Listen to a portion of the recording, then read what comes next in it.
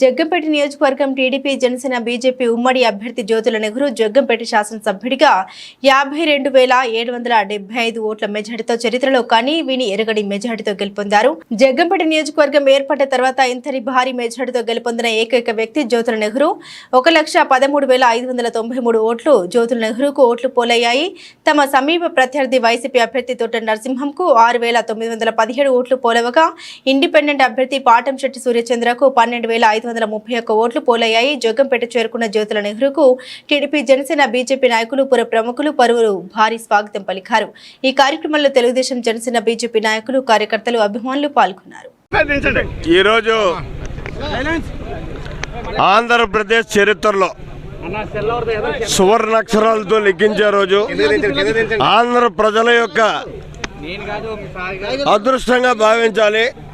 ఆంధ్ర ప్రజానీకం యావత్తు ఏకోన్ముఖంగా తీసుకున్నటువంటి నిర్ణయంతో ప్రజాస్వామిక విధానాలకి అవలంబించేటటువంటి నాయకత్వం కావాలని మనసా వాచా కోరుకుని ఇవాళ ఆంధ్ర రాష్ట్రంలో ఈ నిర్ణయం తీసుకుని ఈనాడు వచ్చినటువంటి ఎన్నికల రిజల్ట్ని బట్టి చూస్తే ఒక మంచి నిర్ణయం తీసుకున్నారు.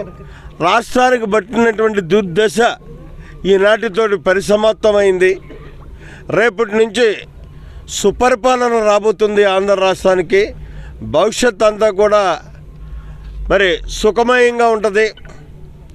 ఇటు సంక్షేమాన్ని అటు అభివృద్ధిని జోడెట్ల బండిలా నడిపించగలిగేటటువంటి సమర్థవంతమైనటువంటి నాయకత్వంతో ఆంధ్రప్రదేశ్ ప్రభుత్వం ఏర్పడబోతుంది.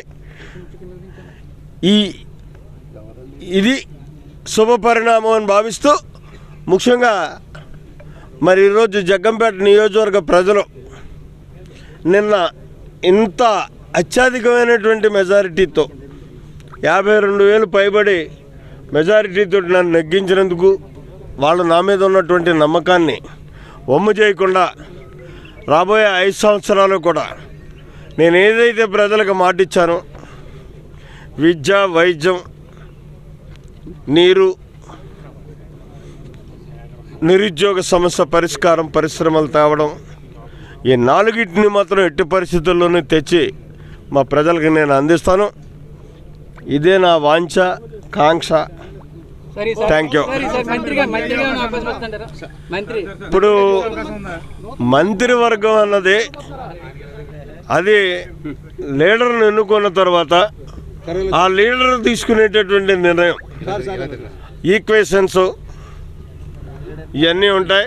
ఆ అన్నిటిని బట్టి ఎవరినైనా తీసుకుంటే వాళ్ళు మంత్రులుగా అందులోకి వెళ్ళేటటువంటి పరిస్థితి ఉంటుంది.